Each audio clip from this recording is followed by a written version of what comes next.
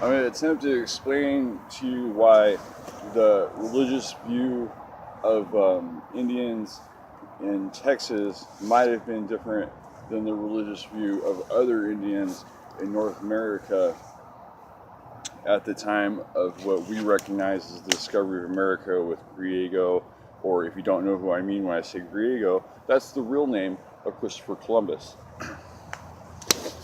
Back around 1300 BC, there was a group of sun worshippers in Egypt, and they were headed by King Akhenaten, who was the husband of the famous Queen Nefertiti. Back in the day, there was a strong relationship between the elites of Egypt and the elites of Ireland back in 1300 BC. The Druids, in particular, had a relationship with the sages of Egypt. Around that time, there was a prophet named Mithras, who was a sun worshiper, and he was a heavy player in the Adonis movement, or the sun worship movement. And they had a sacrifice where they would basically bleed a cow to the sun. You know, they would sacrifice a cow to the sun.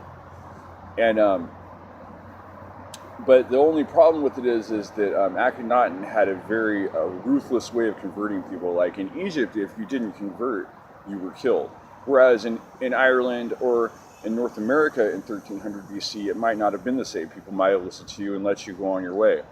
So what happened is people from Egypt came to Ireland and taught some of the Druids there about sun worship and about the rituals of Mithras, which some of them adopted and some of them did not.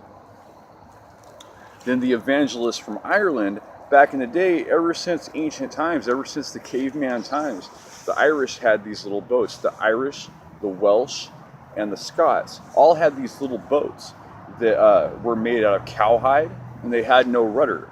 And so what they believed, though, is when they would jump on these boats, is it had a sail on it, is that God would blow them wherever they felt like God wanted them to be. And when they would show up, they would jump off their boat, and they would teach what they had to teach, and they would go home. Or go wherever God blew them next. So some of the monks in Ireland found out about Mithras and the sun worship, and they were into it. So, okay, that's groovy. We like it. We're into sun worship, you know. We like the moon, but, you know, we appreciate it. So some of those guys adopted it. And so more missionaries went out to spread the word of Mithras. Well, some of these missionaries got in their boats, and they got blown all the way to Texas. And when they got out, they found this tribe of Indians called the Comanches. And if you go all the way up to Oklahoma, you'll find these caves with these old inscriptions in Irish ruins, and they're teaching about Mithras and sun worship.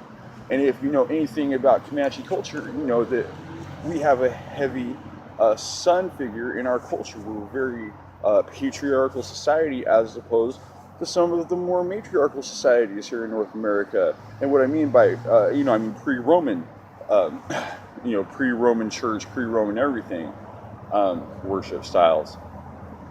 So what I want to tell you is that there was already white people, for instance, that came from Egypt, from Ireland by way of Egypt over the years that were keeping the Native Americans updated with religious advancements. You think that it's coincidence that everybody knew how to build pyramids? No, man, there was a running connection since before you ever thought about it, or at least were taught about it, going on. You know what I'm saying? So then when Christianity comes along, there's a guy called St. Brendan the Navigator.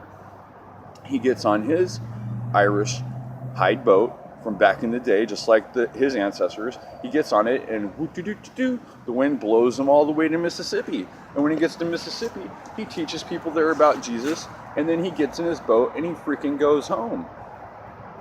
So guess what, Cortez? Guess what, Pizarro? Guess what, Griego, Columbus? We already heard about the Christians, bro. You didn't bring nothing new. You should have said what you had to say and got back on your motherfucking boats. Now check it out, the rest of you. If you don't like the way we do things here on this continent, then get back in your fucking boat and go home. But just know that wherever you came from, you used to do it the same fucking way before the Roman Catholics showed up and fucked it up for you. Have a good weekend, guys. I hope this was educational for you.